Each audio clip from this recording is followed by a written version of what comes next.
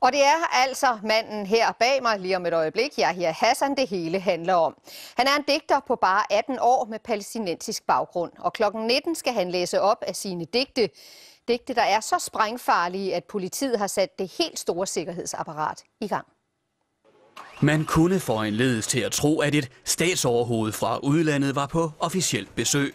Så jeg har hørt, det koster 7 gange så meget, som det gør at passe på en top-fodboldkamp, men OB-FCK for eksempel, eller et eller andet.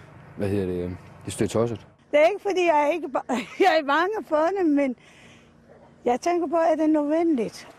Men det er såmænd bare den 18-årige aarhusianer Yahya Hassan, der skal læse op af sine digte her på H.C. Andersen-skolen i Odense-bydelen Vollsmose. Det her det gælder både om at sikre hans sikkerhed, det handler om at sikre den lokalitet, vi holder det på, og det handler om at sikre de folk, der kommer og går. Derfor har politiet afspærret hele området omkring skolen, og der er endda udstedt flyveforbud over Vollsmose. Ja, nu er der mange forskellige former for fly. Nogle de kan hænge i luften med en propeller og larmer, og nogle filmer, og nogle kunne finde på noget andet. For ordene i Yahya Hassans digte er kontroversielle. Jeg hader jeres tørklæder og jeres koraner og jeres analfabetiske profeter. Han er bare en lille svans, det er han bare. Fordi han står og sviner sine forældre til, han står og sviner islam til. Derfor flyttede politiet i går af sikkerhedsmæssige årsager arrangementet fra Vollsmose Bibliotek til H.C. Andersen-skolen. Jeg synes, det er en god idé. Jeg synes, det er en god mulighed, og håber, det kommer til at løbe rigtig, rigtig godt af stablen. Sikkerhedsforanstaltningerne betød, at eleverne allerede fik fri kl. 12 i dag. Det føles godt. Det er dejligt. Selv mener Yahya Hassan da også, at Vollsmose er det helt rigtige sted.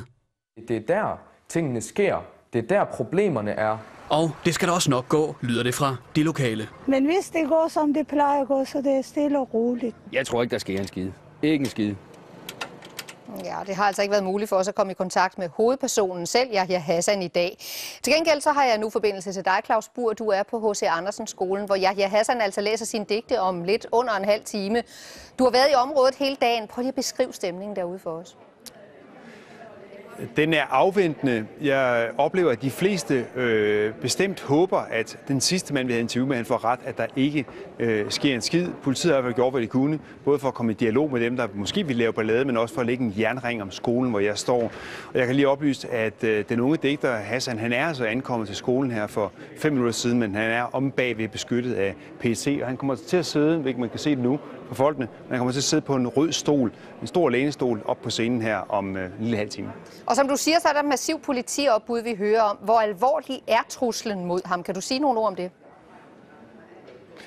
Den er alvorlig. Altså, politiets efterretningstjeneste mener, ifølge mine oplysninger, at der er en konkret trussel imod ham. Ikke bare sådan en generel trussel, men en konkret trussel imod ham. Og derfor bliver han nu beskyttet alle døgnets timer af livvagter.